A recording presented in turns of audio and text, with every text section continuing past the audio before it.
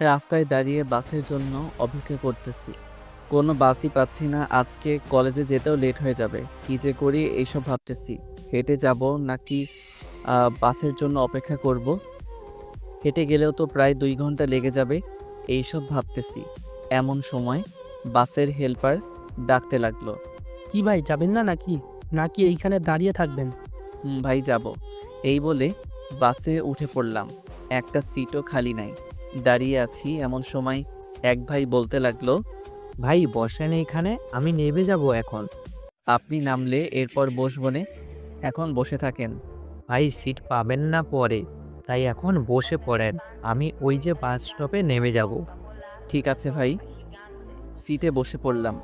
প্রায় 20 মিনিট পর কলেজের সামনে এসে বাসটা থামলো। টাকা দিয়ে কলেজ গেটে ঢুকতে যাব, এমন সময় সিনিয়র এক ভাই বলতে লাগলো, ওই দেখ, আমাদের কলেজের জুনিয়র খ্যাত আসতেছে। কলেজে আসে নাই 2 দিন হয়েছে, আর সিনিয়র ভাইদের সাথে ঘোরাঘুরি করে। এইসব বলতেছে, আমি কোনো কিছুই বলতেছি না দেখে আমাকে ডাক দিয়ে বলতে লাগলো, এই হাবাগোবা, এইদিকে আয় তো। ভাই আমাকে ডাকতেছেন নাকি? হুম, তোকেই ডাকতেছি, এদিকে আয়।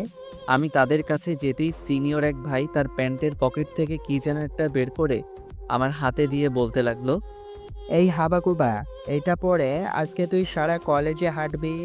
তা না হলে তোর এমন বিহাল করব, তোর সাথে যারা চলাফেরা করে তারাও ভয় পাবে তোকে দেখে। কিন্তু ভাই আমি এটা পরে যদি সারা ক্যাম্পাস হাঁটি তাহলে তো ভাই আমার মান সম্মান কিছুই থাকবে না। আর এই সব তো মেয়েরা পড়ে, আমি পড়তে পারবো না। কি বললি তুই? পড়তে পারবি না, তাই না? এখন দেখ কিভাবে পড়াতে হয়, আমি শিখিয়ে দিতেছি। এই মারুফ, কামাল, এই শালাকে ধর তো। ভাই ধরেছি, কি করবেন করেন। সিনিয়র ভাই আমাকে মেয়েদের ছোট ছোট কাপড়গুলো পরিয়ে দিল। আমি এক জায়গায় ঠাই দাঁড়িয়ে আছি দেখে বলতে লাগলো, কি রে, চাইতেছিস না কেন? এখনো দাঁড়িয়ে আছিস এইখানে? নাকি তোকে ধরে ধরে হাঁটাতে হবে? কোনটা করব বল? ভাই আপনারা অন্য যে কোনো কাজ দিবেন আমি করে দিব, তবে আমি এইগুলো পরে ক্যাম্পাসে হাঁটতে পারবো না। প্লিজ ভাই, আমি আপনার পায়ে পড়তেছি। এই বলে ছেলেটার পায়ে ধরে মাটিতে হাঁটু গেড়ে বসে আছি। ছেলেটা আমাকে উঠিয়ে বলতে লাগলো, ঠিক আছে, এটা না হয় বাদ দিলাম। ওই যে সামনে 3 তলায় একটা মেয়ে দাঁড়িয়ে আছে, সাদা রঙের ড্রেস পরা। তোর ওই মেয়েটাকে চড়িয়ে ধরতে হবে। যদি ধরতে পারিস তাহলে আমি তোকে ছেড়ে দিব, আর না পারলে বুঝতেই পারছিস আমরা কি করতে পারি। ভাই বুঝতে পারছি। এই বলে আস্তে আস্তে হাঁটতে হাঁটতে চলে আসলাম 3 তলায়, ওই মেয়েটার সামনে। মেয়েটা তাদের বান্ধবীদের সাথে বসে আছে। আমিও চলে আসলাম তাদের কাছে। আমাকে দেখেই বলতে লাগলো, কি রে, তুই তো ছেলে মানুষ, তাহলে এখানে আসতে কি করে? তোর নাম কি প্রিন্সিপাল স্যারের কাছে বিচার দিতে হবে নাকি? হ্যাঁ, সেটা বলতো। বিচার দিতে হবে না আপু, আসলে আমি র্যাগিংয়ের শিকার হয়েছি। ওই যে গাছতলায় কয়েকটা ছেলে বসে আছে, ওনারা প্রথমে আমাকে মেয়েদের ছোট ছোট ড্রেস দিয়েছে পরার জন্য। তোর কি একটু লাজ লজ্জা নেই? এতগুলা মেয়ের সাথে এইসব কথা বলতেছিস? তোকে তো আজকেই মেরে ফেলবো। এই বলে মেয়েটা যেই ধাক্কা দিয়ে আমাকে ফেলে দিতে যাবে, এমন সময় তার বান্ধবী বলে উঠল, আরে নীলা, তুই এসব কি করতেছিস? ছেলেটাকে মেরে ফেলবি নাকি? ছেলেটা র্যাগিং এর শিকার হয়েছে, এর জন্যই তো তোকে বলেছে। তা না হলে কি আর তোকে বলতো নাকি? আচ্ছা, তোর নাম কি? আমার নাম মেঘ, এবার ইন্টার ফার্স্ট ইয়ারে পড়ি। আচ্ছা আপু, আমি এখন গেলাম, আবার পরে দেখা হবে। এই বলে যেই চলে আসতে যাব, এমন সময় পিছন থেকে ডাক দিয়ে বলতে লাগলো, শোন, আমার কথা কান দিয়ে, আর কোনো দিন যদি তোকে আমার সামনে পড়তে দেখি, তাহলে ওই দিনটাই তোর মরে যাবার লাস্ট দিন। এটা মাথায় রাখিস সবসময়। যা এখন। আমি চলে আসলাম আমার ক্লাসরুমে। একেবারে পিছনের বেঞ্চে মাথা নিচু করে বসে আছি। এমন সময় ক্লাসে কয়েকটা মেয়ে ঢুকলো আর বলতে লাগলো, এই, জানিস আমাদের ক্লাসের ওই হাবাগোবা ছেলেটাকে আজ উচিত শিক্ষা দিয়েছি। নীলা যে ধাক্কা দিয়ে নিচে ফেলে দেয় নাই, এটাই অনেক। দেখ নিশু, তুই কিন্তু তোর বোনের মতো হয়েছিস। এতটা খারাপ তুই আগে জানলে তোর সাথে কখনোই বন্ধুত্ব করতাম না। শান্তা, মুখ সামলে কথা বল, তা না হলে তোর খবর আছে। ওরা যেই ঝগড়া লাগাতে যাবে এমন সময় আমাকে ক্লাসে দেখে ঝগড়া থামিয়ে আমার কাছে এসে বলতে লাগলো, আর চান্দু দেখি ক্লাসেই বসে আছে। কি রে, আজকের মজাটা কেমন লাগলো? তাও আবার সিনিয়র আপুর হাতে চড় খাইলি। আহা, আমি কিছু বলছি না দেখে নিঝুম রাগে আমার মাথার চুল টানতে টানতে বলতে লাগলো, এই কুত্তার বাচ্চা, তোর এত বড় সাহস তুই আমাকে ইনফর্ম করিস, যেখানে সব ছেলেরা আমার সাথে কথা বলতে পাগল, আর সেইখানে তুই কি না আমার সাথে কথা বলতে চাইতেছিস না? দেখুন আপু প্লিজ, আপনারা আমাকে বিরক্ত করবেন না, আমি একা থাকতে চাই, প্লিজ আপনারা আমার সাথে কথা বলতে আসবেন না আর আমার পিছু লাগবে না। ঠিক আছে, তোর যখন এটাই ইচ্ছে তাহলে পিছু লাগবো না, শুধু তোকে আড়াল থেকে অপমান করে যাব। খুশি তো? এই বলে আস্তে আস্তে ওরা বাহিরে চলে গেল। মাথাটা তুলতেই দেখি আলম স্যার দাঁড়িয়ে আছে আমার সামনে। ওয়ালাইকুম আসসালাম স্যার। ওয়ালাইকুম সালাম। মেঘ, তুমি এতটা চেঞ্জ হবে আমরা কখনোই ভাবতে পারি নাই। তুমি প্লিজ আগের রূপে ফিরে আসো। আর তুমি কলেজে ভর্তি হয়েছে কেন? তোমার তো ডিগ্রি পাস করেছো। স্যার আমার এই রুমটাই ভালো লাগে, তাই এই রুমেই পড়ে থাকি, তবে আমার ব্যাপারে যাতে কেউ না জানে সেই দিকটা একটু খেয়াল রাখবেন। সেটা নিয়ে তোমাকে চিন্তা করতে হবে না, আমি দেখতেছি কি করা যায়। এই বলে আলম স্যার চলে গেল। আমিও চলে আসলাম বাহিরে। কোনো কিছুই ভালো লাগছে না। ক্যান্টিনে বসে আছি, এমন সময় চতুর্থ বর্ষের ছেলেরা আমার দিকে আসতেছে। আমি চুপচাপ বসে আছি। আমার কাছে এসে বলতে লাগলো, কি রে মেঘ, তোর কি হয়েছে? এইভাবে চুপচাপ বসে আছিস কেন? কেউ তোকে কিছু বলেছে নাকি? আমাকে বল, কোন ছেলেটা তোকে কি বলেছে? ভাই কেউ কিছু বলে নাই, আমার ভালো লাগছে না, এর জন্য বসে আছি এইভাবে। আপনি চলে যান এখান থেকে, আর আমার কাছে আসবেন না আপনারা। আপনাদের জন্য আমি অপমানিত হই বারবার। তোকে কে কি বলেছে আমাকে একবার বল, তারপর দেখ আমি ওর অবস্থা কি করি। কোন কুত্তার বাচ্চার এত বড় সাহস তোরে অপমান করে? এই বলে আকাশ ভাই তার কোমর থেকে পিস্তলটা বের করে যে ক্যাম্পাসের দিকে যেতে যাবে, আকাশ ভাইয়ের হাতটা ধরে ফেললাম আর বলতে লাগলাম, আকাশ ভাই এটা ক্যাম্পাস, এটা যুদ্ধের ময়দান না, যে যে যা বলবেন তাই করবেন, মাথা ঠান্ডা রাখেন, আর আপনি আমার কাছে আইসেন না, খুশি হব আমি। ঠিক আছে, আসবো না, আগে কুত্তার বাচ্চাদের মেরে নেই, এরপর দেখবি কি হয় শুধু। এই তোরা চল, আর রবিনকে ডেকে নিয়ে আয় তো। এই শালাকে জিজ্ঞেস করি, কারণ এই শালা তো নতুন কাউকে পেলেই র্যাগিং করে। আকাশ ভাই কিছু ঝামেলা করার দরকার নেই ভাই, আপনি প্লিজ কোনো ঝামেলা করবেন না কারোর সাথে, আমাকে কথা দেন। ঠিক আছে, করবো না, আগে বল তোকে র্যাগিং করেছে কে, আর তাকে দেখিয়ে দে একবার, এক নজর দেখবো তাকে। ওই যে গাছতলায় বসে আছে সেই ছেলেটাই আমাকে র্যাগিং করেছে, এবং নতুন যারাই আসে না কেন তাদের র্যাগিং করে। এটা বলতে না বলতেই দেখি আকাশ ভাই এখানে নেই। বাহিরে তাকিয়ে দেখি ছেলেটাকে এক লাথি দিয়ে বেঞ্চ থেকে ফেলে দিয়েছে। আমি দৌড়ে গিয়ে আকাশ ভাইকে ফিরানোর চেষ্টা করতেছি, কিন্তু আকাশ ভাই কোনো কথাই শুনছেন না। আকাশ ভাই ছেড়ে দেন বলতেছি তাকে। তোকে আমি দেখে নিব রে। আকাশ, তুই একটা সামান্য খ্যাত ছেলের জন্য আমাকে মেরেছিস তাই না? শুধু তুই একটু অপেক্ষা কর, আমি ছেলে পেলে ফোন দিয়ে আনতেছি। তোর কোন বাপকে আনবি আন, প্রধানমন্ত্রীকে চাইলেও ফোন দিয়ে আন, আমাদের কোনো সমস্যা নেই। দেখি তোর ছেলে পেলে আমাদের কি করে। কিছুক্ষণের মধ্যে 500 ছেলে পেলে চলে আসলো। আমি মাথা নিচু করে দাঁড়িয়ে আছি, কিছু বলতেছি না কাউকে। এমন সময় একটা ছেলে বলতে লাগলো, এই সাউন্ড, কোন ছেলেটা তোকে মেরেছে শুধুমাত্র একবার দেখিয়ে দিই, আমরা শালাকে সাইজ করে আসতেছি। ওই যে দাঁড়িয়ে আছে একজন ছেলে, সেই। শাওনের কথা শুনে মাথা তুলতেই সামনে থাকা যে লোকগুলো ছিল সাথে সাথে মাটিতে বসে পড়লো আর বলতে লাগলো, ভাই, আপনি এখানে কি করে আসলেন? কি ব্যাপার, তোমরা সবাই ওনাকে ভাই বলে ডাকতেছো কেন? উনি তোমাদের পরিচিত নাকি? আর ও তো আমাদের থেকে অনেক ছোট। এই চুপ কুত্তার বাচ্চা, তুই যাকে মারার জন্য আমাদের এনেছিস ওনার পরিচয় জানলে এখানে আত্মহত্যা করে মারা যাবি তোরা। কি বলতেছো এইসব? আমি তোমাদের কথার আগামাতা কিছুই বুঝতেছি না। এই তোরা এখান থেকে চলে যা, আর কখনই যেন তোদের না দেখি আমার চোখের সামনে। আমি এইসব কাজ ছেড়ে দিয়েছি। তোরা কেন আমার পিছনে লেগে আছিস বলতো? ভাই আপনি না থাকলে আমাদের গ্যাং চলবে কি করে? প্লিজ ভাই আপনি আবারও ফিরে আসেন, আবারও আগের মতো আমরা সবাই মিলে কাজ করি মিলেমিশে। এই তোদের বলেছি না চলে যাইতে, যাইতেছিস না কেন এখনো? যাইতেছি ভাই। শোন, তোদের বলে রাখি, আজকের পর যদি তোরা মেঘকে বিরক্ত করিস তাহলে তোদের কপালে দুঃখ আছে রে। এই বলে রাখলাম। মেঘ চলো, একটা জায়গায় ঘুরতে যাব। আমরা চলে আসলাম একটা নদীর পাড়ে। আকাশ ভাইয়ের পাশে বসে আছে। এমন সময় পিছন থেকে কে যেন ডাকতে লাগলো। পিছনে ফিরেই দেখি একটা বোরকা পরা মেয়ে ডাকতেছে। এই যে ভাইয়া, একটু শুনবেন? আমাকে বলতেছেন না কি আপু? আপনাকেই বলতেছি, একটু শুনে যাবেন।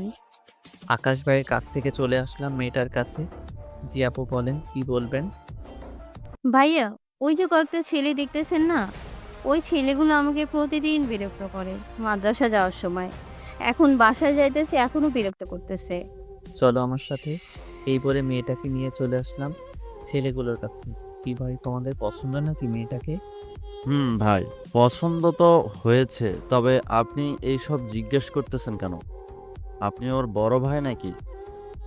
ধরে নিতে পারিস এটাই। এই বলে কোমর থেকে পিস্তলটা বের করে 3টা ছেলের মাথায় গুলি করে দিলাম। এটা দেখি মেয়েটা ভয় পেয়ে বলতে লাগলো, ভাইয়া, ওদের মতো কি আমাকেও মেরে ফেলবেন নাকি? না আপু, তোমাকে মারবো না। ওদের মতো কিছু নরপিশাচ আছে, রাস্তাঘাটে মেয়ে পেলে বিরক্ত করা শুরু করে, এর জন্য ওদের মেরে ফেলেছি। আর এখানে যা ঘটেছে তুমি ভুলে যাও, আর এসব কাউকে বলার দরকার নেই। ঠিক আছে ভাইয়া। মেয়েটা চলে যেতেই ফোনটা বের করে নয়নকে ফোন দিলাম। হ্যালো নয়ন, কোথায় আছিস রে তুই? এই তো ভাই থানায় আছি, আমাকে কোনো প্রয়োজন নাকি? তুই একটু আমাদের চিরচেনা নদীর পাড় আছে ওইখান থেকে 3টা লাশ নিয়ে চলে যাস। আমি ওইখানেই আছি, নদীর পাড়ে। ঠিক আছে ভাই। ফোনটা কেটে চলে আসলাম আকাশ ভাইয়ের কাছে। আকাশ ভাই, আজ থেকে আমি আবারও আগের রূপে ফিরে যেতে চাই, আপনি সবাইকে জানিয়ে দেন। মেঘ, মাথাটা শান্ত করো। তোমাকে আর মাফিয়া জগতে প্রবেশ করতে হবে না। তোমার ছেলে পেলে আছে, তাদের দিয়েই কাজ করানো যাবে। না ভাই, আমাকে মাফিয়া জগতে প্রবেশ করতেই হবে। কলেজের পরিস্থিতি তো দেখলাম, আগের রূপে আমাকে না আসলে কলেজে এমনভাবেই পড়ে থাকবে, আর র্যাগিংয়ের শিকার হতে হবে আরও মানুষকে। আমি চাই না আর কেউ র্যাগিংয়ের শিকার হোক। মেঘ, মাথা ঠান্ডা রাখ, দেখবি সব কিছু ঠিক হয়ে যাবে। চল এখন বাসায় চলে যাই, এইখানে আর ভালো লাগছে না। আমি আর আকাশ ভাই চলে আসলাম বাসায়। কলিং বেল দিতেই কাজের বুয়া এসে দরজা খুলে দিল। আমি আমার রুমে এসে কাঁধে থাকা ব্যাগটা ছুঁড়ে মারলাম আয়নার দিকে। আয়নাতে লাগতেই ঠাস করে আয়নাটা ভেঙে গেল। স্যার, আপনি প্রতিদিন একটা না একটা জিনিস নষ্ট করেন কেন? প্লিজ স্যার, আর এমন করিয়েন না। আপনার আব্বু আম্মুকে ফিরিয়ে আনেন। দেখুন রহিমা খালা, আমাকে একা থাকতে দেন। আর আমি মনে করতেছি এই দুনিয়াতে আমার আপন বলতে কেউ নেই। আমার মা বাবা মারা গেছে, আর আপনি আমার রুমে কখনোই আসবেন না, যা খুশি হয়ে যাক না কেন। ঠিক আছে স্যার, আর আসবো না। রহিমা খালা চলে গেল। পকেট থেকে সিগারেটটা বের করে খেতে লাগলাম। পুরো ঘর নিস্তব্ধ হয়ে আছে। আজকাল সিগারেটটাও আমার সাথে বেইমানি করতেছে। দেখতে দেখতে রাত হয়ে আসলো। রাতে খাওয়া দাওয়া করে বাইকটা নিয়ে বেরিয়ে পড়লাম বাহিরে।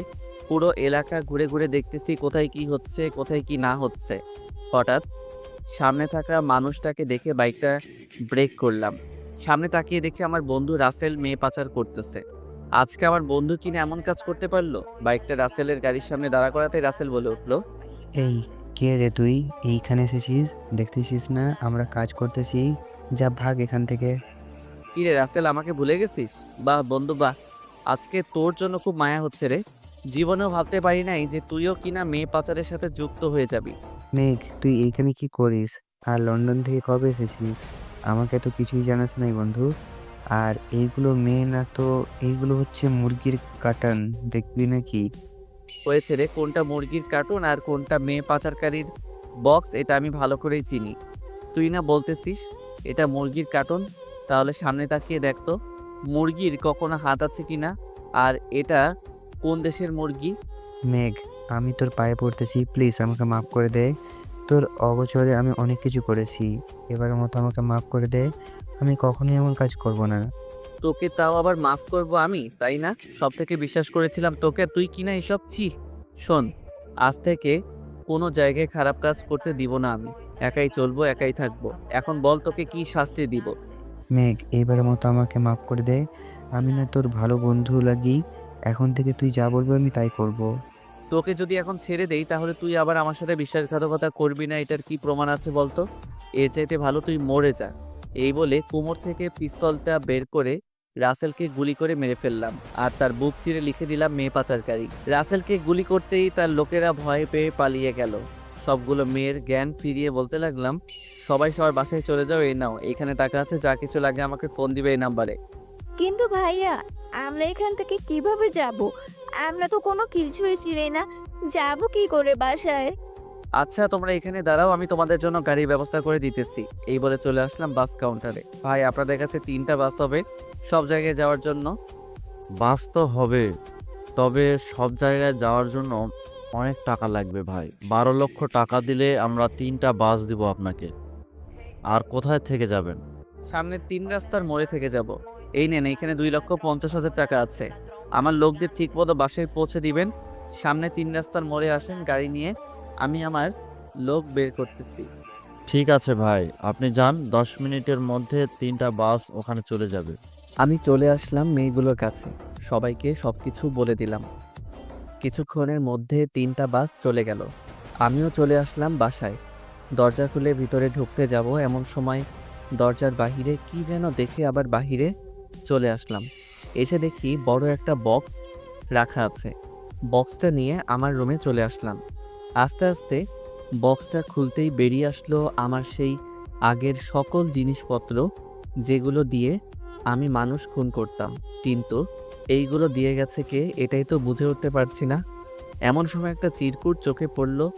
চিরকুটটা খুলতেই বুঝতে পারলাম এটা হচ্ছে রাসেলের লোকেদের কাজ। এইসব আর না ভেবে ঘুমিয়ে গেলাম। সকালে কাজের বুয়ার ডাকে ঘুম ভাঙলো। স্যার, সকাল হয়েছে তো, উঠেন, কলেজে যাবেন না নাকি? যাবো খালা। আপনি গিয়ে খাবার রান্না করেন, আমি আসতেছি ফ্রেশ হয়ে। ঠিক আছে। আর এই নেন, আপনার নামে একটা চিঠি এসেছে সকালবেলা। ঘরে ঢোকার সময় চিঠিটা দরজার সামনে পেলাম। ও আচ্ছা, চিঠিটা টেবিলে রেখে খাবার রেডি করেন গিয়ে, আমি আসতেছি। এই বলে উঠে চলে আসলাম ওয়াশরুমে। ফ্রেশ হয়ে সোজা নিচে চলে আসলাম। খাওয়া দাওয়া করে বসে টিভি দেখতেছি। এমন সময় একটা নিউজ সামনে আসলো, কালকে রাতের ঘটনা। আমার মুখ স্পষ্ট বোঝা যাচ্ছে না মাস্ক পরে থাকার জন্য। কাল রাতে কে বা কারা নামকরা গুন্ডা রাসেলকে মেরে ফেলেছে। তার বুক চিরে লিখে দিয়ে গেছে মেয়ে পাচারকারী। আসলেই কি রাসেল মেয়ে পাচারকারী ছিল নাকি গরিবের বন্ধু ছিল? এসব জানতে হলে আমাদের চ্যানেলের সাথেই থাকুন। ধন্যবাদ। মুচকি হেসে টিভিটা বন্ধ করে চলে আসলাম কলেজে। সেই আগের রূপে ঢিলাঢালা পোশাক পরে কলেজের ভিতরে প্রবেশ করতে যাব এমন সময় সামনে যেটা দেখলাম কখনোই ভাবতে পারি নাই এমনটা দেখব। কারণ আমাদের কলেজের অধ্যাপক হাসান সাহেবকে নির্মমভাবে হত্যা করেছে এবং তার মিডিল স্টাম্প কেটে ফেলেছে। সবাই তাকিয়ে তাকিয়ে দেখতেছে আর কানাফুসা করতেছে। কি রে মেঘ, এইসব কি ঘটতেছে? কালকে রাতে রাসেল আবার এখন আমাদের স্যার, কিছুই তো বুঝতে পারছি না। তুই আবার আমাদের স্যারকে মারিসনি তো? পাগল হয়েছিস নাকি? আমি মারতে যাব কেন স্যারকে? স্যার তো কোনো অন্যায় করে নাই যে স্যারকে মারবো। এইসব কথা বলতেছি এমন সময় পিছন থেকে একটা মেয়েরই কণ্ঠ ভেসে আসলো। তাকিয়ে দেখি সেই সিনিয়র আপুটা। আপু, আমাকে ডাকতেছেন নাকি? কালকে তোকে দেখলাম আকাশ এবং সিনিয়র ভাই যারা ছিল তোকে র্যাগিং করছে, তাদের নাকি মেরেছিস? আমি তো কিছুই করি নাই। আকাশ ভাই হচ্ছে আমার এলাকার, ওই এর জন্য ওনার সাথে একটু বন্ধুত্বের মতো আচরণ করি, এই আর কি। আর আপনি দেখলেন কখন আমি মারামারি করেছি? দেখ, মিথ্যা বলবি না। আমার কাছে মিথ্যে বললেও কিন্তু তোকে এই কলেজ থেকে বের করে দিব। এই কলেজের সভাপতির মেয়ে আমি। আব্বুর কাছে উল্টাপাল্টা কিছু বলে তোকে বের করে দিব। আমি সত্যি বলতেছি আপু, আমি কিছুই করি নাই। আকাশ ভাই করেছে সব কিছু। এইখানে আমার কোনো অপরাধ নেই। প্লিজ আপু, আমাকে বের করে দিবেন না এই কলেজ থেকে। ঠিক আছে, বের করব না, তবে আমার কিছু শর্ত আছে, মানতে পারবি? নাকি ভয়ে পালিয়ে যাবে এই কলেজ থেকে আবার? না আপু, মানতে পারবো। আপনি বলেন কি বলবেন, তবে এমন কিছু বলবেন না যেটা আমি করতে পারবো না। সহজ কাজ ওই দিব তোকে। আজকে বিকালে লেকের পাড়ে দেখা করবে আমার সাথে, কথা আছে অনেক। আর তোর বাবা কি করে? আমি এতিম, আমার বাবা মা নেই, আমি বস্তিতে থাকি। আমার স্বপ্ন ছিল ডাক্তার হওয়ার, এর জন্য আকাশ ভাইকে বলে এই কলেজে ভর্তি হয়েছি। প্রিন্সিপাল স্যার আকাশ ভাইয়ের পরিচিতি ছিল, তাই আর আকাশ ভাইকে মানা করে নাই। ও আচ্ছা, এইখানে এনে এইখানে 10,000 টাকা আছে। তোর যা কিছু লাগবে আমাকে বলবি, আমি সব কিছু এনে দিব। আমি এতিম বলে কি টাকাগুলো আমাকে দান করতেছেন নাকি? এত বেশি কথা বলছিস কেন? আর টাকা দান করছি মানে এই টাকা দিয়েছি তোকে ভালো ভালো মন্দ খেতে, আর তুই কিনা বলতেছিস আমি দান করছি। আসলে আমার মনে হয়েছে তাই বললাম আর কি, কিছু মনে করবেন না। আচ্ছা আপু, আমি ক্লাসে যাই, অনেক দেরি হয়ে গেছে, ক্লাসও শুরু হয়ে গেছে। ঠিক আছে যা, আর সিনিয়র ভাইদের কাছ থেকে দূরে দূরে থাকবে। আমি যখনই ডাক দিব তখনই চলে আসবে, আর না আসলে তুই বুঝতে পারছিস কি করতে পারি আমি। আপু বুঝতে পারছি। এই বলে চলে আসলাম।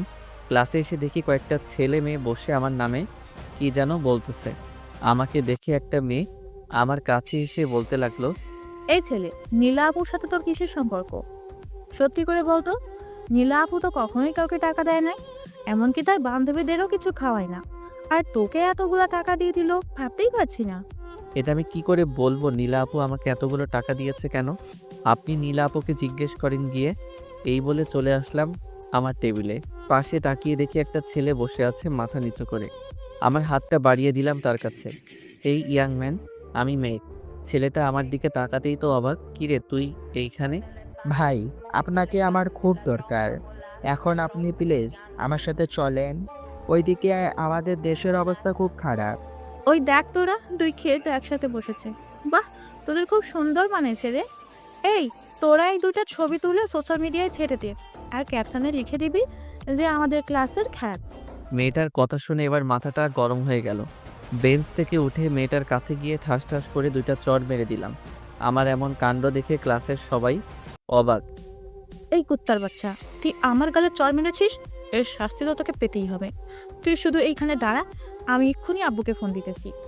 যা যা, তোর কোন বাপকে ডেকে আনবি আন, আমি এখানেই আছি। আর শোন, তোর বাপে যদি চেলাপেলা থাকে তাদেরও নিয়ে আসতে বলিস। তুই শুধু এখানে 10 মিনিট বস, তোর কি হাল হয় দেখিস। এই বলে মেয়েটা বেরিয়ে গেল। তন্ময় চল বাহিরে গিয়ে বসি, দেখি ওর কোন বাপকে নিয়ে আসে। মেঘ, এত রেগে যাচ্ছিস কেন? চল বাইরে গিয়ে বসি, দেখি কাকে নিয়ে আসে। এই বলে চলে আসলাম বাহিরে। আমি আর তন্ময় কথা বলতেছি, এমন সময় ক্যাম্পাসে সারি সারি বেঁধে গাড়ি আসতে লাগলো।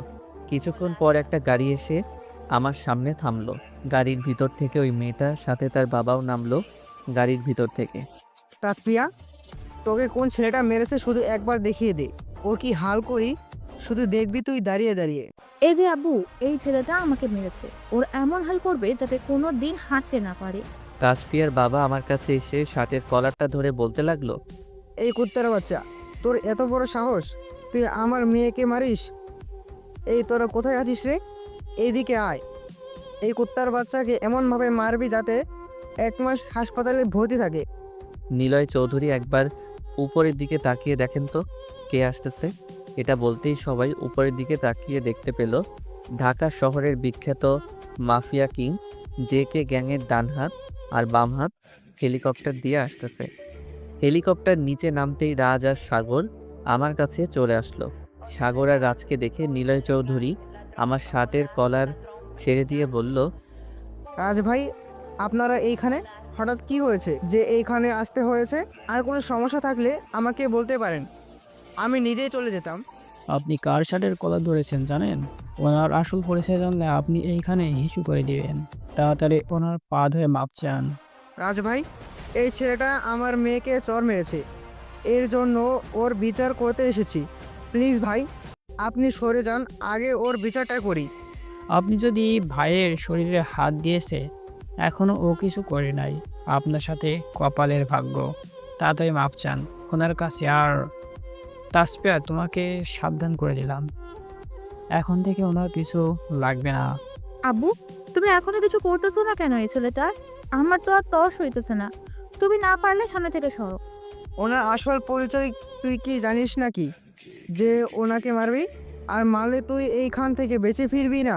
কি সন্দেহ আছে? নিলয় চৌধুরী, আপনি আপনার মেয়েকে নিয়ে চলে যান, আমি এখানে কোনো ঝামেলা করতে চাই না। আপনার সাথে সন্ধ্যায় কথা হবে। ঠিক আছে ভাই, আমি যদি ভুল কিছু করে থাকি আমাকে মাফ করে দিবেন। এই তোরা সবাই চলে যা এইখান থেকে। চারিপাশে মাথাটা ঘুরিয়ে দেখি সবাই আমার দিকে অবাক হয়ে তাকিয়ে আছে। রাজ, সাগর, তোরাও চলে যা, আমি একাই ভালো আছি। আর তোদের খবর দিয়েছে কে এখানে আসার জন্য? ভাই আমাদের লোক সবসময় আপনাকে ফলো করে, ওরাই আমাকে খবর দিয়েছে। আপনি প্লিজ আবার আমাদের সাথে ফিরে আসেন। আপনাকে কোনো কাজ করতে হবে না, আপনি শুধু হুকুম করবেন, আমরা কাজ করব। না রে রাজ, এই মাফিয়া জগৎ থেকে আমি বের হয়ে যেতে চাই, তবে বের হতে পারতেছি না। এই কালো জগৎও আমাকে আমার পরিবার থেকে দূরে রেখেছে। আমার মা বাবা এখন আমার থেকে অনেক দূরে। রাজ, সাগর, তোমরা চলে যাও। সারা কলেজের মানুষ মেঘকে সন্দেহ করতেছে, এতে মেঘের বিপদ হতে পারে। আমরা এইখানে আছি, এই দিকটা আমি সামলে নিব নে। ঠিক আছে আকাশ ভাই, বসের খেয়াল রাখবেন। গেলাম তাহলে। রাজ চলে গেল। আমিও ওই মুহূর্তে কলেজ ত্যাগ করলাম। কলেজে থাকলে নানান মানুষের নানান কথা শুনতে হলো। হাঁটতে হাঁটতে বাসায় চলে আসলাম। কলিং বেল দিতেই কাজের বুয়া এসে দরজা খুলে দিল। স্যার, আপনার বাবা মা এসেছে, আপনার সাথে কি যেন কথা বলবে। ওরা উপরে আছে আপনার রুমে। আপনি যান, আমি সবার জন্য খাবার নিয়ে আসতেছি। খাবার নিয়ে আসতে হবে না, আমরা ওই নিচে নামবো। এই বলে চলে আসলাম আমার রুমে।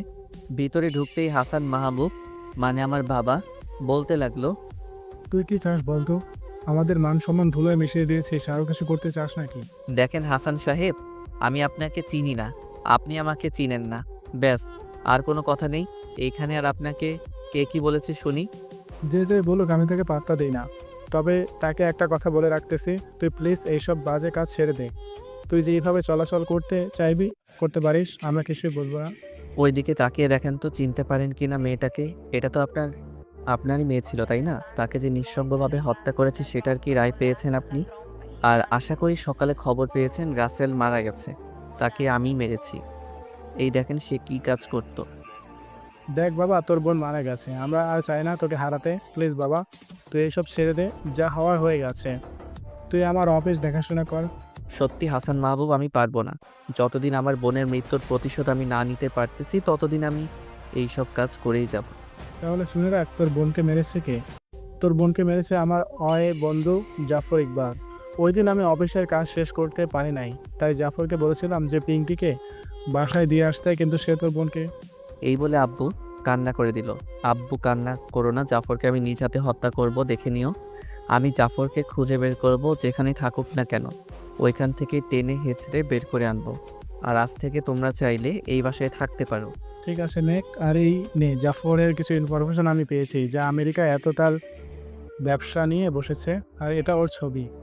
ঠিক আছে আব্বু। ইনফরমেশন আর ছবিটা নিয়ে চলে আসলাম বাহিরে। গ্যারেজে প্রবেশ করতেই শুনতে পেলাম আব্বুর ড্রাইভারের কথা।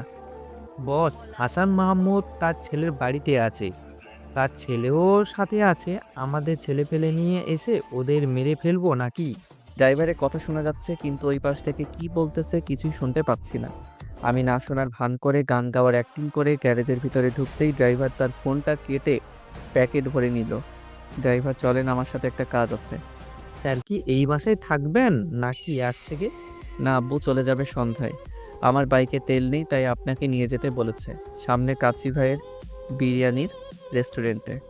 ঠিক আছে চলো তাহলে। বাড়ি থেকে বের হয়ে আমি যেই দিক বলতে লাগলাম ওই দিক যেতে লাগলাম। কিছু দূর আসার পর ড্রাইভার বলতে লাগলো, মেঘ, এটা তো কাচ্চি ভাইয়ের বিরিয়ানি দোকানের রাস্তা না? তুমি আমাকে কোথায় নিয়ে যাইতেছো বলো তো একটু। কোমর থেকে পিস্তলটা বের করে ড্রাইভারের মাথায় ধরতেই ড্রাইভার ভয় পেয়ে বলতে লাগলো, মেঘ, এটা কি করতেছো? প্লিজ আমাকে মেরো না। আমাদের নুন খেয়ে আমাদের ক্ষতি করতে চাইতেছিস তাই না? এখন বল তোর বসের নাম কি, আর তোর বস কোথায় থাকে? আমার বসের নাম জাফর ইকবাল, তিনি আমেরিকায় এখন। আপনাদের তিনজনকে মারার জন্য টাকা দিয়েছে আমাকে। শোন, আমি যা যা বলতেছি তুই তাই কর, তা না হলে তোকে এইখানেই গুলি করে মেরে ফেলবো। এখন বল আমি যা বলবো তা শুনবি কি না? মেঘ, শুনবো, সব কথা শুনবো। বলো কি করতে হবে আমাকে। তোর বসকে ফোন দিয়ে বলে দে যে আমাদের ধরে নিয়ে তার বাড়িতে আছিস, আর তাকে বলবি যে কালকে দেশে আসতে, তা না হলে তোকে মেরে ফেলবো। আমাকে মারবেন না, আমি এখনই ফোন দিয়ে বলতেছি সব কিছু। ড্রাইভার জাফরকে ফোন দিয়ে সব কিছু বলে দিল। আমি যা যা বললাম সব। কালকে খেলা হবে আসল। এই বলে পিছন থেকে ড্রাইভারকে ঘুমের ইঞ্জেকশন পুশ করে দিলাম। সন্ধ্যায় নীলার দেওয়ার ঠিকানায় এসে বসে আছি। কিছুক্ষণ পর নীলা আসলো। আমার সামনে বসতে বসতে বলতে লাগলো, তা কখন এসেছেন এখানে? আর আসার সময় আমাকে একটা ফোন দিলেও তো হতো, আমি চলে আসতাম। আপনার ফোন নাম্বার আমার কাছে থাকলে তো ফোনই দিতাম। আপনি যেই টাইমে বলেছেন ওই টাইমেই আমি এসেছি। তা না হয় বুঝলাম। বলেন কি খাবেন এখন? কিছু খাবো না। কিসের জন্য ডেকেছেন ওইটা বলেন। আমি আবার কাজে যাব। কাজ শেষ করে এরপর ঘরে চাল ডাল কিনে নিয়ে যেতে হবে। তোমার না টাকা দিলাম কালকে, ওই টাকা কি করছো? ওই টাকা পকেট পার নিয়ে গেছে, আর আপনার টাকা আমার লাগবে না। যা বলার তাড়াতাড়ি বলেন। ক্যাম্পাসে জেকে গ্যাংস্টারের লোকেরা তোমাকে ভাই ভাই বলতেছিল কেন? আর নীলাই চৌধুরীর সাথে কি হচ্ছে তোমার? আমার কিছু হয় নাই। ক্লাসে বসেছিলাম, তাসফিয়া নামের একটা মেয়ে আমাকে অনেক বাজে কথা বলেছে। পরে ওনাকে একটা চর মেরেছিলাম, এর জন্য ওই তার বাবাকে ডেকে নিয়ে এসেছে। ও আচ্ছা, এ নাও এই খাবারগুলো বাসায় নিয়ে যাও। আজকে কাজ করতে হবে না। কাজ না করলে খাবো কি? আমাকে কেউ বসিয়ে বসিয়ে টাকা দিয়ে দিবে নাকি? আপনি যে বলতেছেন কাজ করতে হবে না। এই নাও আমার বাসার ঠিকানা, কালকে তুমি আমার বাসায় চলে যাও। আব্বুকে বলে তোমাকে একটা চাকরির ব্যবস্থা করে দিব না। মুচকি হাসি দিয়ে চলে আসলাম ওইখান থেকে। আমার মুচকি হাসির বানেটা হয়তো বোঝে নাই নীলা, এর জন্য পিছন থেকে অনেকবার ডাকা সত্ত্বেও পিছনে ফিরে তাকাই নাই। খাবারগুলো নিয়ে বাসায় চলে আসলাম। কলিং বেল দিতেই আম্মু এসে দরজা খুলে দিল। কি রে মেয়ে, বাড়ি থেকে খাবার আনতে গেলি কেন? আমি তো খাবার রান্নাই করেছিলাম, শুধু শুধু টাকা খরচ করে খাবার আনলি? এইগুলো একজন আমাকে কিনে দিয়েছে। খাবারগুলো রাখো। আর আব্বু কোথায়? তোর আব্বু রুমে শুয়ে আছে, যা গিয়ে দেখ। আমি চলে আসলাম আব্বুর রুমে। আব্বু, কালকে তোমার বন্ধু আসতেছে দেশে। কালকে জাফর ইকবালের শেষ দিন হবে। আমার বোনকে যেই রুমে মেরেছে ওই রুমেই তাকে মারবো। আইন কখনোই নিজের হাতে তুলে নিস না বাবা। জাফরকে পুলিশের হাতে তুলে দে, পুলিশ জাফরের বিচার করবে। আব্বু, পুলিশ কিছুই করবে না।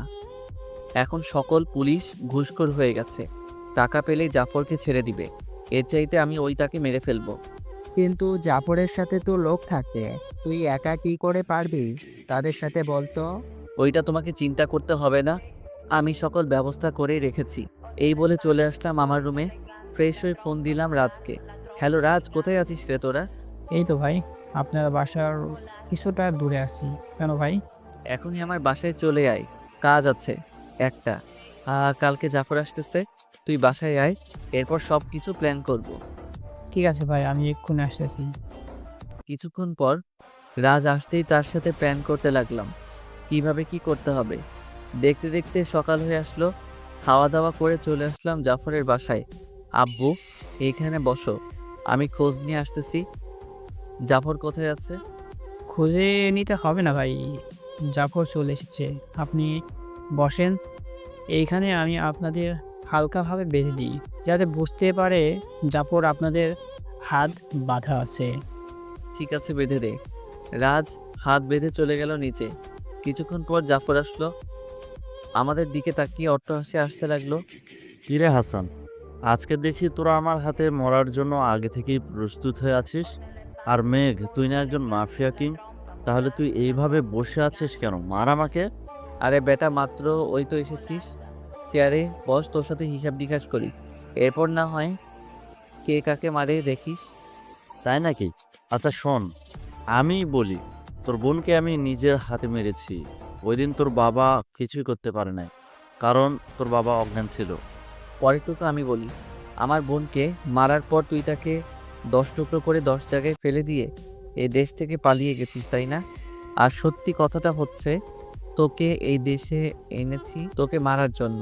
তোর ড্রাইভার আমার হাতে জিম্মি আছে। এই বলে জাফরের বুক বরাবর দিলাম এক লাথি। জাফর 2 হাত পিছনে গিয়ে পড়ল। কিরা হাসান, তোর ছেলের গায়ে দেখি আগের পাওয়ারটাই আছে।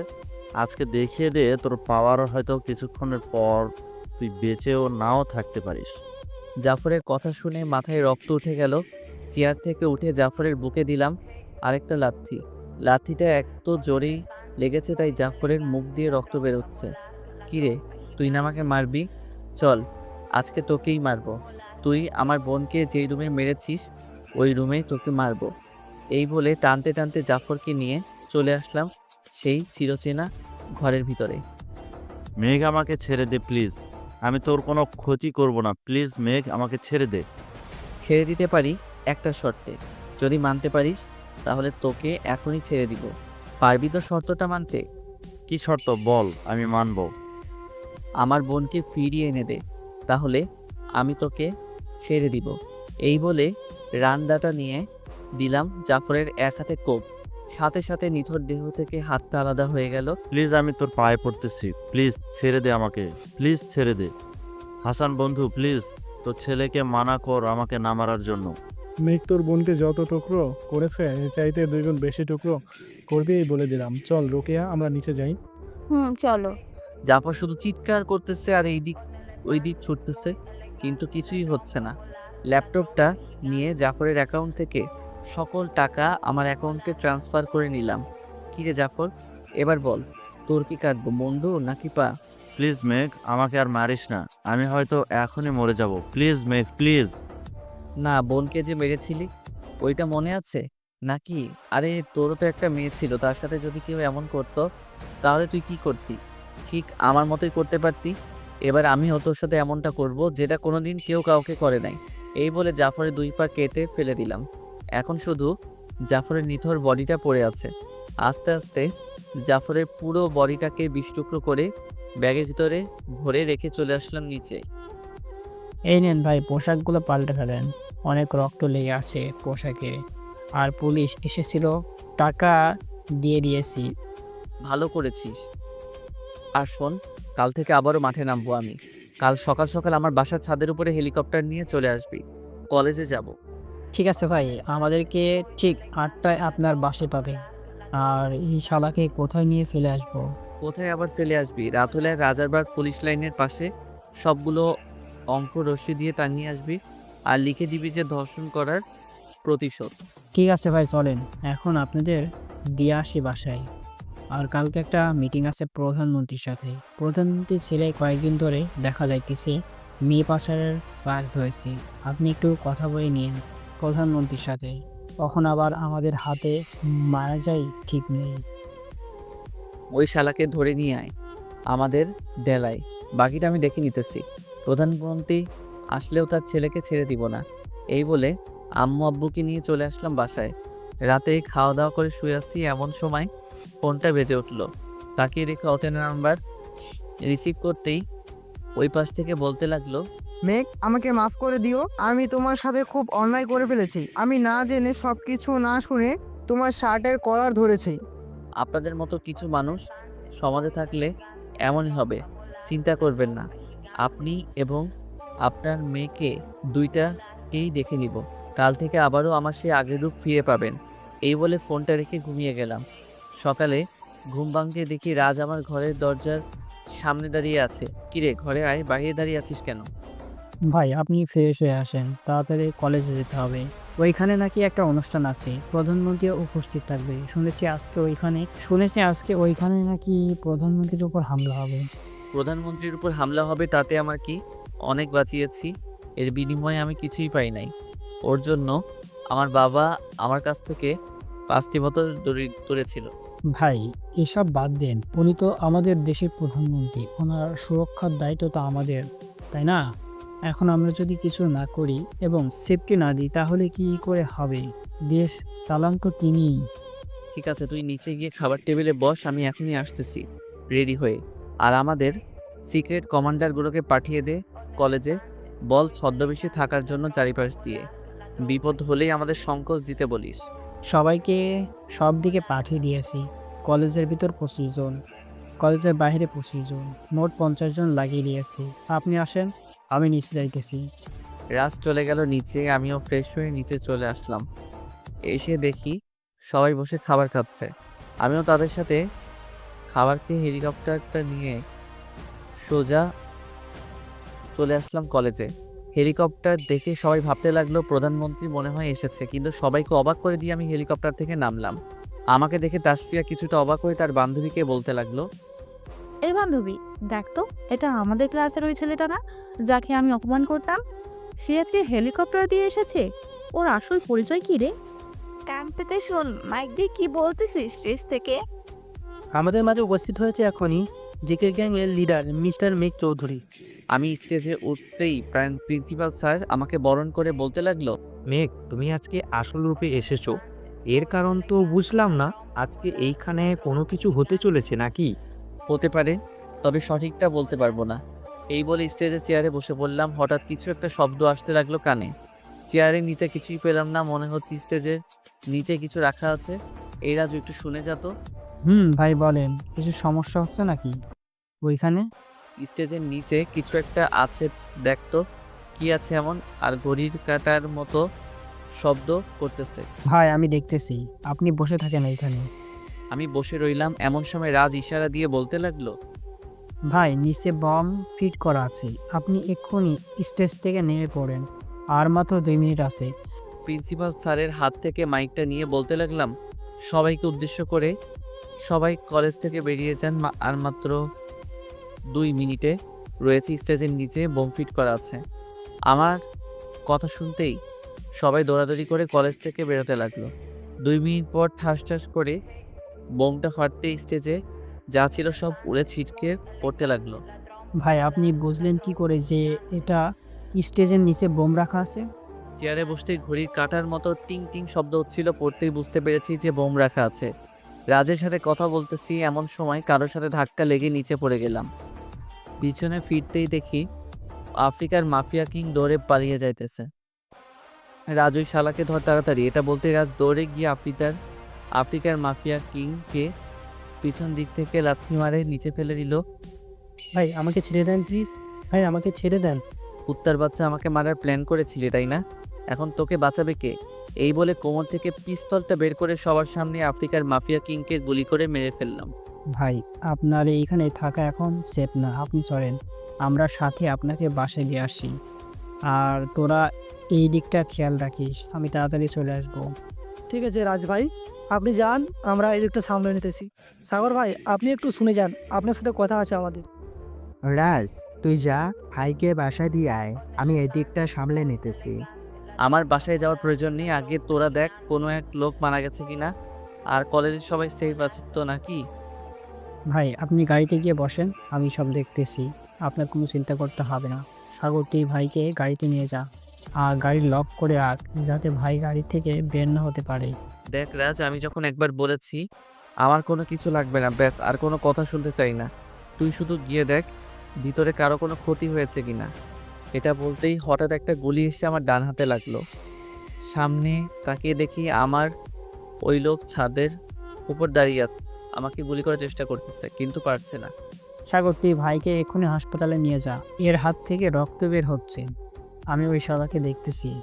এই বলে রাস্তার কোমর থেকে পিস্তলটা বের করে লোকটার বুক বরাবর গুলি করতেই লোকটা ছাদ থেকে পড়ে গেল। কিছুক্ষণের মধ্যে কলেজের মাঠ পুরো খালি। আমাদের গোলাগুলির শব্দ শুনে কেউ সামনে আসতেছে না। আমি আর সাগর চলে আসলাম হাসপাতালে। হাতে ব্যান্ডেজ করে বাইরে আসতে দেখি নীলা দাঁড়িয়ে আছে, আমাকে দেখে বলতে লাগলো, আপনার কিছুই হয়নি তো? আর আপনি ওদের সাথে কাজ করেন নাকি? হ্যাঁ, প্লিজ আপনি সরে যান, ভাই অসুস্থ আছে, এখন কারোর সাথে কথা বলতে পারবে না, আপনারা পরে দেখা করবেন ভাইয়ের সাথে। এই বলে সাগর আমাকে নিয়ে চলে আসলো বাসায়। সোফায় বসে বসে দেখতে লাগলাম আজকে কলেজের ঘটনা। দেখতেই লাইভ ভিডিও করতেছে, এখনো ভিডিও চলতেছে। হঠাৎ পিছন থেকে রাজের মাথায় দিল জোরে বাড়ি। লোকটাকে দেখা যাচ্ছে না, কিন্তু তার হাতে একটা ড্রাগনের লোগো আঁকা, এটা স্পষ্ট দেখা যাচ্ছে। আমি আর দেরি না করে চলে আসলাম কলেজে। এসে দেখি রাজ একপাশে পড়ে আছে। রাজের কাছে যেতেই দেখতে পাই তার পুরো শরীর রক্তে ভরে গেছে। তাড়াতাড়ি করে হাসপাতালে চলে আসলাম। ডাক্তার, তাড়াতাড়ি আসুন এইদিকে। কি হয়েছে ওনার? মাথায় আঘাত পেয়েছে। নার্স, এখনই ওনাকে অপারেশন থিয়েটারে নিয়ে যাও, সকল কিছু ব্যবস্থা করো। আপনি আমার সাথে আসুন, কয়েকটা ইঞ্জেকশন লিখে দিচ্ছি, এখনই এনে দেন তাড়াতাড়ি। ঠিক আছে ডাক্তার, আপনি লিখে দেন, আমি এনে দিতেছি এখনই। ডাক্তার ইঞ্জেকশনগুলো লিখে দিতে লাগলো। নিচ থেকে সবগুলো ইঞ্জেকশন কিনে ডাক্তারকে দিয়ে দিলাম। এমন সময় সাগর আসলো হাসপাতালে। ভাই, আপনি বাসা থেকে বের হয়েছেন কেন? আপনার এমনিতেই বিপদ, আপনি তাও বের হয়েছেন। চলেন, আপনাকে বাসায় দিয়ে আসি। আর রাজ কোথায়? তাকে তো দেখলাম না। রাজ আছে অপারেশন থিয়েটারের ভিতরে। তা তুই এইখানে আসলি কি করে? আমি যে এখানে এসেছি এটা তো কেউ জানে না, তুই জানলি কি করে? ভাই, আপনার গাড়িতে জিপিএস ট্র্যাকার লাগানো, এটা হয়তো ভুলে গেছেন আপনি। আমি আর রাজ আপনার গাড়িতে একটা জিপিএস লাগিয়ে দিয়েছিলাম। সবসময় আপনার লোকেশন জানার জন্য আপনার লোকেশন ট্র্যাক করে চলে এসেছি। সাগরের সাথে কথা বলতেছি এমন সময় ওর হাতের দিকে চোখ পড়ল, সেম ড্রাগনের লোগো লাগানো সাগরের হাতে। আমি কিছু বললাম না, কারণ সত্যিটা না জেনে কখনই কারোর উপর অ্যাকশন নেওয়া উচিত না। চেয়ারে বসে আছি প্রায় 3 ঘন্টা পর ডাক্তার বের হলো। ডাক্তার, রাজের কি অবস্থা এখন? দেখুন, রাজের অবস্থা বেশি ভালো না। মাথায় অনেক জোর আঘাত পেয়েছে, মাথায় হাড় ভেঙে গেছে। অনেকে সুস্থ করতে হলে আজকে রাতের ভিতরেই সিঙ্গাপুর নিয়ে যেতে হবে। ঠিক আছে ডাক্তার, আপনি সকল রিপোর্ট ব্যবস্থা করেন, আমি এখনই সিঙ্গাপুরের টিকিট কাটতেছি। এই বলে পাশে তাকাতেই দেখি নীলা দাঁড়িয়ে আছে। মিস নীলা, আপনি এখানে? আপনার পিছু করতে করতে চলে আসলাম এখানে। তা রাজ ভাইয়ের কি খবর? এখন উনি কেমন আছেন? উনি ভালো আছে। সাগর কোথায় গেছে? সাগরকে দেখেছেন নাকি? উনি তো বাইরের দিকে গেছে দেখলাম, আর কার সাথে যেন কথা বলতেছে, কিছু শুনতে পাইনি। ও আচ্ছা, আপনি এইখানে বসেন বসেন, আর ভিতরে কাউকে ঢুকতে দিবেন না। এখন রাজের খুব বিপদ, আমি 2 মিনিটের মধ্যে আসতেছি। এই বলে চলে আসলাম ডাক্তারের কেবিনে। ফোনটা বের করে ফোন দিলাম আব্বুকে। হ্যালো আব্বু। মেট বল কি হয়েছে? আব্বু, তুমি আজকে 4টা সিঙ্গাপুরের টিকিট কেটে ফেলো। আজকে রাতেই আমরা সিঙ্গাপুর যাব। হঠাৎ সিঙ্গাপুর কেন যাবি, আর কি হয়েছে আমাকে বল। তুমি আগে টিকিট কাটো, এরপর রাতে সব কিছু বলবো। আর টিকিটটা যেন সন্ধ্যা 7টায় হয়। আমাদের পার্সোনাল বিমান লাগবে, যত টাকা লাগে আমি দিব। তুমি এখনই কথা বলো। ঠিক আছে, আমি কথা বলতেছি, এখনই ফোনটা রাখ। ফোনটা রেখে আমার গুপ্তচরকে ফোন দিলাম। হ্যালো রাতুল, তোমাকে একটা কাজ দিতেছি। জি বস, বলেন আমি কি করতে পারি আপনার জন্য? তোমার ব্যাপারে তো রাজ বা সাগর কেউ কিছু জানে না। তুমি সাগরের সকল ইনফরমেশন আমাকে দিবে। প্রতিদিন সে কি করে না করে, কোথায় যায়, সকল কিছু আমাকে জানাবে। তোমার পরিচয় যাতে সাগর কোনোভাবেই না জানতে পারে। ভাই, আপনি সাগরে আমাদের পুরনো একটা রিসোর্ট আছে না, ওইখানে পাঠিয়ে দেন। তিনি বললেন 303 নম্বর কেবিন থেকে একটা বক্স নিয়ে যেতে। ওই বক্সে কিছু থাকবে না, স্যারকে অজ্ঞান করে তার বুকের ভিতরে একটা চিপ ঢুকিয়ে দিব, যাতে ওর সকল ইনফরমেশন জানতে পারি। ঠিক আছে, আমি এখনই সাগরকে পাঠিয়ে দিতেছি। তুমি সকল কিছু ব্যবস্থা করো, আর কাজ হয়ে গেলে আমাকে জানিয়ে দিবে। আর এমন একটা অজ্ঞান করার ওষুধ দিবে যাতে 10 মিনিট পর ওর জ্ঞান ফিরে আসে, যাতে কোনো সন্দেহ না হয়। ঠিক আছে ভাই, এটা নিয়ে আপনাকে চিন্তা করতে হবে না, আপনি নিশ্চিন্তে চলে যান, আমি দেখে নিব সাগরকে। ফোনটা কেটে চলে আসলাম রাজের কেবিনে। এসে দেখি নীলা কান্না করতেছে। আমাকে দেখে চোখের পানি মুছে ফেললো। কি হলো মিস নীলা, আপনি কান্না করতেছেন কেন? একটু খুলে বলবেন? কই কান্না করতেছি, চোখে যেন কি পড়েছে, এই জন্যই হয়তো চোখ দিয়ে পানি বের হয়েছে। মিথ্যা কথা বলবেন না, আপনি সত্যি কথা বলেন। আমি সবসময় সত্যিটা জানতে চাই। রাজ হচ্ছে আহ, আমার আপন ছোট ভাই। ওর কিছু হয়ে গেলে আমি মা বাবাকে কি জবাব দিব? কি? রাজ আপনার ছোট ভাই হলো কবে থেকে? তার তো কোনো পরিবার নেই। রাজ আমাকে এটাই বলেছে। আমি হচ্ছে সিক্রেট গোয়েন্দা অফিসার, সাথে রাজ ও আমার একটা গুপ্ত মিশনে নেমেছি, যেটা 5 বছর ধরে চলছে। আপনাকে খুঁজে বের করতে আমাদের অনেক কষ্ট করতে হয়েছে। হঠাৎ নীলা কথা বলা থামিয়ে দিয়ে আমাকে ইশারা দিয়ে বলতে লাগলো সাগর এসেছে। আমিও কিছু বললাম না। সাগর ভিতরে ঢুকতেই বলতে লাগলো, ভাই, আমাকে ডেকেছেন নাকি? ডেকেছিলাম। আমার একটা পুরনো রিসোর্ট আছে, ওইখানে গিয়ে 303 নাম্বার রুমে একটা বক্স আছে। ওই বক্সটা নিয়ে আমার ডেরায় রেখে দিবি, আর কেউ যাতে বক্সটা না খুলে ওই দিকে খেয়াল রাখিস। ঠিক আছে ভাই।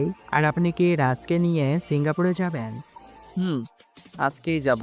তোর যেতে হবে না, তুই এই দিকটা খেয়াল রাখবি, ঠিক আছে? আর কলেজটাও দেখাশোনা করবি। প্রিন্সিপাল স্যারকে বলে দে যে 15 দিনের জন্য কলেজ বন্ধ করে দিতে। ঠিক আছে ভাই, আমি কালকেই বলে দেব কলেজে গিয়ে। এখন যাই তাহলে। আপনারা ঠিক মতো যাইয়েন, আর গিয়ে ফোন দিবেন আমাকে। ঠিক আছে, ফোন দিবনে। এই বলে চলে আসলাম বাসায়। কলিং বেল দিতেই আম্মু এসে দরজা খুলে দিল। আম্মু, আব্বু কি টিকিট কাটছে বিমানের? টিকিট তো কাটছে, তবে এত তাড়াতাড়ি কেন? আর সিঙ্গাপুর গিয়ে কি করবি, এটা তো বলবি আমাদের নাকি? রাজকে এর অবস্থা বেশি ভালো না। উন্নত চিকিৎসা না করালে হয়তো সে মারা যাবে। এর জন্য সিঙ্গাপুর নিয়ে যাইতেছি। আর তোমরা সব কিছু রেডি করে নাও, তোমরাও যাবে। আমাদের যেতে হবে কেন? আমরা এইখানেই ভালো আছি, আর স্বাগত তো আছে, সে আমাদের খেয়াল রাখবে ভালোভাবে। তুই চলে যা সবাইকে নিয়ে। আম্মু, তুমি সাগরের কথা বলতেছো তাই না?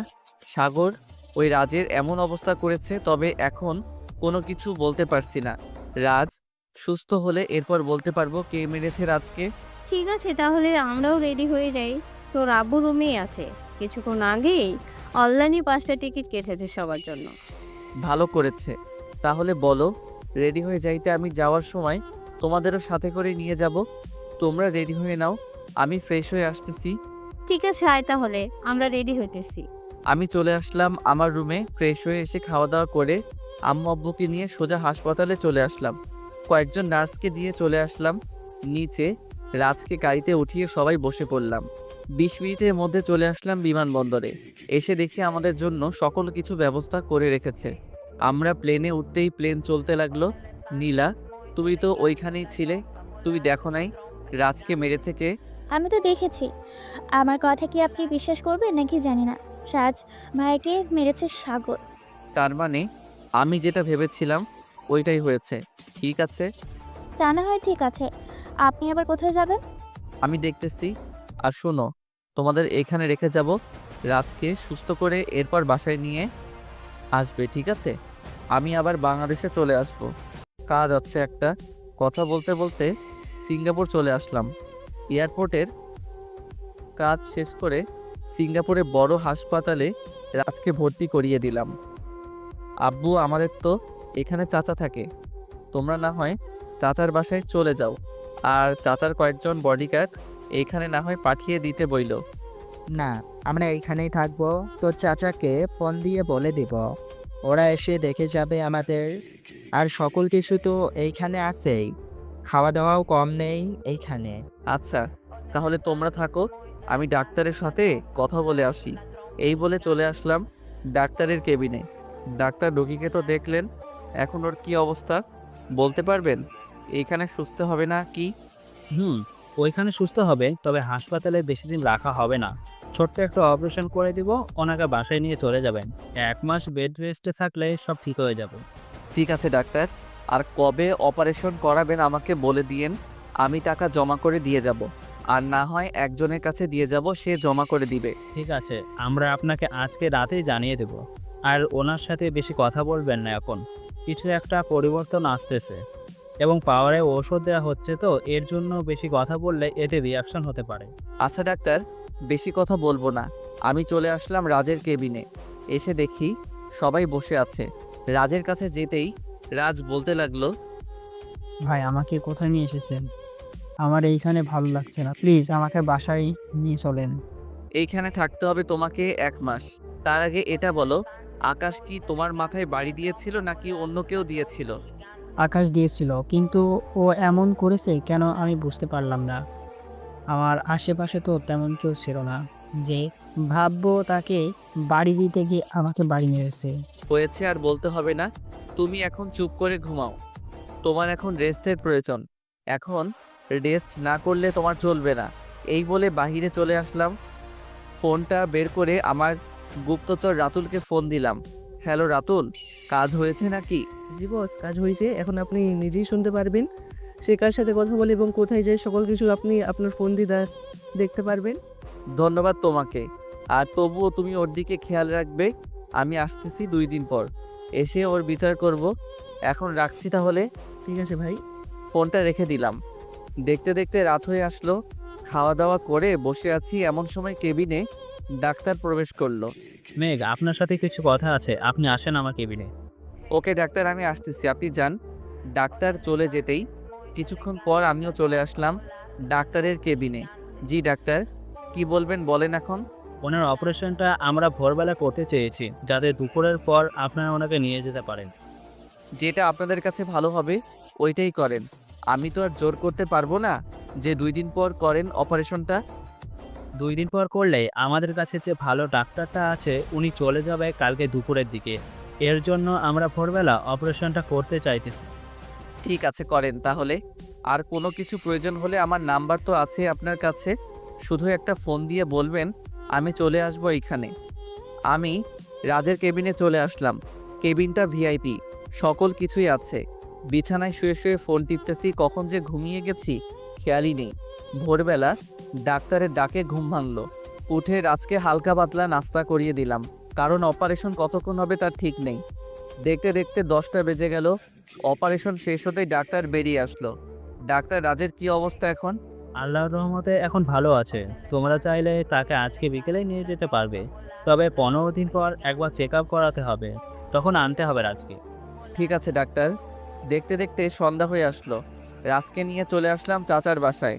রাতে খাওয়া দাওয়া করে শুয়ে পড়লাম তাড়াতাড়ি, কারণ সকালে ফ্লাইট আছে। এইসব ভাবতে ভাবতে ঘুমিয়ে গেলাম। সকালে ঘুম ভাঙলো চাচার ডাকে। কি রে মেঘ, তুই নাকি আবার আজকে বাংলাদেশে চলে যাবি? চাচা, আজকেই চলে যাব, আবার 15 দিন পর আসবো। রাজকে চেক আপ করিয়ে নিয়ে যাইতে। ও আচ্ছা, তো ফ্রেশ হয়ে খাওয়া দাওয়া করে নে, আমি তোকে বিমানবন্দরে দিয়ে আসবো নে। আচ্ছা চাচা, আপনি যান, আমি ফ্রেশ হয়ে আসতেছি। চাচা চলে যেতেই আমি ওয়াশরুমে চলে আসলাম। ফ্রেশ হয়েছি তো খাওয়া দাওয়া করে সোজা এয়ারপোর্টে এসে পড়লাম। চাচা, আমি নিয়ে। ভালোভাবে যাস আর গিয়ে ফোন দিস কিন্তু। ঠিক আছে চাচা, ফোন দিব না। আপনি রাজের দিকে একটু খেয়াল রাখেন, তাকে বাসা থেকে বের হতে দিয়েন না। ওইটা নিয়ে তোকে চিন্তা করতে হবে না, ওইটা আমি দেখে নিব নে, তুই নিশ্চিন্তে যেতে পারিস এখন। আচ্ছা চাচা। এই বলে চলে আসলাম বিমানে। কিছুক্ষণের মধ্যেই বিমান ছেড়ে দিল। দীর্ঘ 5 ঘন্টা পর হজরত শাহজালাল বিমানবন্দরে প্লেন ল্যান্ড করলো। আমি নামতেই রাতুল এসে আমাকে নিয়ে চলে গেল তার বাসায়। কিরে, এইখানে আনলি কেন আমাকে? ভাই সাগর এখন ঢাকা শহর রাজত্ব করতেছে, ওইখানে এখন আপনার যাওয়া সেফ হবে না। তার চাইতে আপনি যদি খানে থাকেন, আমি সাগরকে জিজ্ঞাসা খানে আনার ব্যবস্থা করতেছি। তোর এইসব নিয়ে মাথা ঘামানোর প্রয়োজন নেই। তুই শুধু দেখ কি খেলাটাই খেলি সাগরের সাথে। এই বলে ফোনটা বের করে ফোন দিলাম সাগরকে। হ্যালো সাগর, কোথায় আছিস রে? এই তো ভাই, আপনার ডেরায় আছি। কেন? আর আপনি কি বাংলাদেশে চলে এসেছেন নাকি? গতকালকে একটা বক্স নিয়ে গিয়েছিলি না, ওইটা নিয়ে তুই নদীর পাড়ে চলে আয়। বক্সটা আমার লাগবে এখনই, ওইটার ভিতরে সব তথ্য আছে। কিন্তু ভাই, সাগরের পুরো কথা না শুনেই ফোনটা কেটে দিলাম। কিছুক্ষণ পর সাগর চলে আসলো নদীর পাড়ে, আমার হাতে বক্সটা দিয়ে বলতে লাগলো, ভাই এই বক্সে তো কোনো কিছুই নেই। আপনি যে বললেন এই বক্সের ভেতরে সকল ইনফরমেশন আছে। আছেই তো, আর তোকে না মানা করেছিলাম এই বক্সটা না খুলতে, তবু খুলেছিস কেন ওইটা বল। আর রাজ মারা গেছে, 15 দিন পর লাশ আসবে দেশে। কি? রাজ মারা গেছে? ওর মৃত্যুর খবর শুনে তুই খুশি হয়েছিস মনে হইতেছে। সত্যি করে বলতো, ঘটনা কি? না ভাই, খুশি হব কেন? একসাথে কাজ করেছি দীর্ঘ 5টি বছর, আর আপনি বলতেছেন আমি খুশি হয়েছি? আচ্ছা বস, এইখানে আমি কাজটা সেরে আসি। এই বলে বক্সটা খুলে বক্সের ভিতর থেকে একটা চিপ বের করলাম। চিপটা দেখে সাগর অবাক হয়ে তাকিয়ে আছে আর বলতেছে, ভাই এটা আপনি কোথা থেকে বের করলেন? আমি তো খুঁজেই পেলাম না। আপনি ধরতে না ধরতেই পেয়ে গেছেন। আর এটার ভেতরে এমন কি জিনিস আছে যে এমনভাবে লুকিয়ে রেখেছেন? সব কিছুই আছে। 2 দিন আগে কলেজে কি হয়েছে সকল রেকর্ড আছে, আরও ইত্যাদি ইত্যাদি সব কিছু আছে। এটা শুনে সাগর একটু ভয় পেয়ে গেল। আমি উল্টো হয়ে দাঁড়ালাম যাতে সাগর আমার উপর হামলা করতে পারে। এটা বলতে না বলতে সাগর তার পিস্তলটা বের করে আমার মাথায় ধরলো আর বলতে লাগলো, শালা তুই এতটাই বোকা? তোর সামনে রাজের খনি দাঁড়িয়ে আছে আর তুই কিছুই করেছিস না। রাজকে তো মেরে ফেললাম, এখন তোকে বাঁচাবে কে এটা বল। যাক, অবশেষে তোর মুখ থেকে সত্যিটা বের করতে পারলাম। রাজকে তুই নিজের হাতে খুন করেছিস, এখন আমাকে না তোকে বাঁচাবে কে ওইটা বল। আমার হাতে পিস্তল আছে, এটা তো দেখেছিস। একটা গুলি করলেই তুই ওই পারে চলে যাবি। এখন বল, এই চিপটার ভেতরে কি প্রমাণ আছে? সাগরের সাথে কথা বলতে লাগলাম যাতে সে কথাতেই মগ্ন থাকে। এই ফাঁকে ওর হাত থেকে পিস্তলটা নিয়ে নিলাম। এখন বল, তোকে বাঁচাবে কে? ভাই প্লিজ মারবেন না আমাকে, আপনার পায়ে পড়তেছি ভাই, প্লিজ মারবেন না। তোকে মেরেই আমার লাভ কি বল তো? এইখানে আমার কোনো লাভ নেই। সত্যি করে বল তো, রাজকে মেরেছিস কেন? সত্যি না বললে তোকে এইখানেই মেরে ফেলে দিব। রাজ আমার বাবাকে খুন করেছে। রাজ একজন সিক্রেট গোয়েন্দা অফিসার, এটা হয়তো আপনি জানেন না। আমার বাবা মদ গাঁজা এইসব সাপ্লাই করতো। একদিন রাজকে দেখে ফেলে আর ওইখানে আমার বাবাকে মেরে ফেলে। আপনি নিজেই বলেন ছেলের সামনে তার বাবাকে মারলে কেমন লাগবে। এর জন্য আমিও রাজকে মেরে প্রতিশোধ নিয়েছি। রাজ সিক্রেট গোয়েন্দা অফিসার, এটা আমি আগে থেকেই জানি। রাজ তোর বাবাকে মেরেছে ঠিক আছে, এটা এখন তুই তাকে মেরে কি তোর বাবাকে ফেরত পেয়েছিস বলতো? সেটা পাই নাই, তবে আমার বাবার মৃত্যুর প্রতিশোধ তো আমি নিয়েছি। এখন আপনি আমাকে মেরে ফেলেন, আমার আর কোনো আফসোস নেই। তোকে তো এইভাবে মারবো না রে, তোকে অন্যভাবে মারবো যাতে তুই মরেও শান্তি পাস। এই বলে সাগরকে নিয়ে চলে আসলাম আমার ডেরায়। আমার গুপ্ত অন্ধকার ঘরে তাকে বন্ধ করে রেখে দিলাম, যাতে আর কখনোই না বের হতে পারে। সাগর চিৎকার করতেছে, কিন্তু কে শুনে তার কথা? এই ঘরের ভিতরে শব্দ বাহিরে আসে না। দেখতে দেখতে 5 দিন কেটে গেল, এখন ঢাকা শহর পুরোটা শান্ত আছে। কলেজও আগের মতো চলতেছে। রাতে শুয়ে আছি রুমে, এমন সময় নীলার ফোন। আপনি আসবেন কবে এখানে? আঙ্কেল আন্টি বলেছে কালকেই চলে আসতে। কি জানি কাজ আছে একটা। আচ্ছা, আমি কালকে বিকালের ফ্লাইটেই চলে আসব। আর আপনি এখনো ঘুমান নাই কেন? ওইখানে তো অনেক রাত হয়েছে, ঘুমিয়ে থাকেন। আর আজ কেমন আছে? রাজ ভালো আছে এখন। কালকে ডাক্তারে বলেছে নিয়ে যাইতে, সব কিছু ঠিক থাকলে বাংলাদেশে নিয়ে যেতে পারবো রাজকে। ও আচ্ছা। নীলার সাথে কথা বলে ঘুমিয়ে গেলাম। সকালে কাজের বুয়ার ডাকে ঘুম ভাঙল। উঠে ফ্রেশ হয়ে নাস্তা করে চলে আসলাম ডেরায়। কি রে, তোরা কেমন আছিস? এই তো ভাই আলহামদুলিল্লাহ ভালো আছি। আপনি কেমন আছেন? আমিও আলহামদুলিল্লাহ ভালো আছি। শোন, 20 জন এইখানে থেকে বাকিরা বাড়িতে চলে যা। 10 দিন পর তোরা আসলে বাকি 20 জন যাবে। ঠিক আছে ভাই, আপনাকে অসংখ্য ধন্যবাদ আমাদের ছুটি দেওয়ার জন্য। আর সাগর ভাইকে তো খাবার দেওয়া হয় নাই, খাবার দিয়ে দেন। খাবার দিয়ে দিব, তোরা চলে যা। আমি আমার কেবিনে এসে সাগরের জন্য যে খাবারগুলো এনেছিলাম ওইগুলো দিয়ে দিলাম সাগরকে। কি রে, এইখানে কেমন লাগে তোর? ভাই প্লিজ আমাকে এইখান থেকে বের করে নেন। আমি এই অন্ধকার জায়গায় থাকতে পারবো না। এক রাতেই আমার অবস্থা খারাপ হয়ে গেছে। জনশূন্য ঘর, এইখানে আমি আর থাকতে পারবো না। ঠিক আছে, তাহলে জেলখানায় রেখে আসি, খাবার খেয়ে নে, এরপর এরপর নিয়ে যাব। এই বলে চলে আসলাম বাহিরে। এসে দেখি আমার সবগুলো লোক তাদের কাপড়গুলো গুছাচ্ছে। কিছুক্ষণ পর চলে আসলাম জেলখানায়, সাগরকে রেখে বাসায় চলে আসলাম। সকল কিছু নিয়ে সোজা বিমানবন্দরে চলে আসলাম। বিকালের ফ্লাইটে সিঙ্গাপুর। রাত প্রায় 11টা বেজে গেছে। চাচার বাসায় আসতে কলিং বেল দিতে কাজের বুয়া এসে দরজা খুলে দিল। আমি ভিতরে চলে গেলাম। সবাই বসে টিভি দেখতেছে। আমিও হালকা পাতলা নাস্তা করে টিভি দেখতে লাগলাম। এমন সময় আব্বু বলে উঠল, মেঘ, তোর বিয়ে ঠিক করেছি নীলার সাথে। আব্বুর কথা শুনেই তো আমি অবাক। একবার আম্মুর দিকে তাকাচ্ছি, একবার নীলার দিকে তাকাচ্ছি। আব্বু কি বলতেছে এইসব? উনি আমাকে বিয়ে করবে নাকি? বিয়ে করবে না কেন? আমার আপু খুব ভালো, কালকেই তাদের বিয়ে হবে। তা ও আবার এইখানে? রাজের কথা শুনে তো আরো অবাক হয়ে গেলাম। রাজ এখন আমাকে পাখার বলি হতে হবে। বয়স তো আর কম হলো না, বিয়েটা এখন করে ফেলো। যা রাত হয়েছে অনেক, গিয়ে ঘুমিয়ে থাক, কালকে আবার অনেক কাজ আছে। আমি চলে আসলাম আমার রুমে। নীলার কথা ভাবতে লাগলাম, উনি কি সত্যি আমাকে বিয়ে করবে নাকি এমনি মিথ্যা কথা বলতেছে সবাই। এই সব ভাবতে ভাবতে ঘুমিয়ে গেলাম। সকালে নীলার ডাকে ঘুম ভাঙলো। এই যে উঠেন, এখন অনেক সকাল হয়েছে, আব্বু আম্মু ডাকতেছে আপনাকে। আচ্ছা মিস নীলা, আপনি কি সত্যি আমাকে বিয়ে করবেন নাকি? হুম, অবশ্যই বিয়ে করবো। এখন তাড়াতাড়ি উঠে ফ্রেশ হয়ে নিচে যান, আব্বু আম্মু বসে খাবার টেবিলে। যাইতেছি। নীলা আর কিছু না বলে চলে গেল। আমি উঠে ফ্রেশ হয়ে চলে আসলাম নিচে। এক রাতের পার্থক্য কোথায় গিয়ে দাঁড়ালো বাড়িটা। আম্মু, এইসব সাজিয়েছে কে? চেরে আর সাজাবে, লোকেরাই সাজিয়েছে কেন? তোর পছন্দ হয় নাই নাকি? পছন্দ তো হয়েছে, এক রাতের ভিতরে এত কিছু হয়ে যাবে ভাবতেই পারি নাই। আর রাজ আন্টি আঙ্কেল কোথায়, ওনারা আসবে না নাকি? আমার কথা শুনে সবাই হেসে উঠলো। কি হলো, তোমরা হাসতেছো কেন এইভাবে? যেই বাড়িতে এখন আসিস এই বাড়িটাই আমাদের। তুই যাকে চাচি চাচি বলে ডাকিস উনি আমার মা বাবা। রাজের কথা শুনে তো পুরাই অবাক হয়ে গেলাম। এ কি বললো রাজ? সবাই হাসতেছে। খাওয়া দাওয়া করে বসে আছি, এমন সময় নীলা আসলো। আমি কি শাড়ি পরবো না নাকি এমনি এমনি বিয়ে করবেন? বিয়ে করবে, শাড়ি পরবে না? চলো তোমাকে মার্কেটে নিয়ে যাই। মার্কেটে যাইতে হবে না, সকালে কিছু এনে রেখেছে আমাদের বিয়ের জন্য। ও আচ্ছা, তাহলে তো আর বাহিরে যেতে হলো না। নীলার সাথে কথা বলতেছি, এমন সময় রাজ আসলো। কি শালা বাবু, সাগরকে তো জেলে রেখে এসেছি। ভালো করছো। রাজের সাথে কথা বলতে বলতে সন্ধ্যা হয়ে গেল। আমরা বিয়ের জন্য রেডি হয়ে গেলাম। রাতে কাজে এসে বিয়ে পড়িয়ে দিয়ে চলে গেল। খাওয়া দাওয়া করে আমি আর নীলা রুমে চলে আসলাম। আপনি একটু পরে আসেন, এখন বাইরে যান। বাহিরে আবার যাব কেন? আরে যান না, 5 মিনিট পর আসবেন, ঠিক আছে? আচ্ছা, এই বলে দরজার বাহিরে চলে আসলাম। 5 মিনিট পর ভিতরে ঢুকতে নীলা এসে আমার পায়ে ধরে সালাম করলো। আরে কি করতেছো এইসব?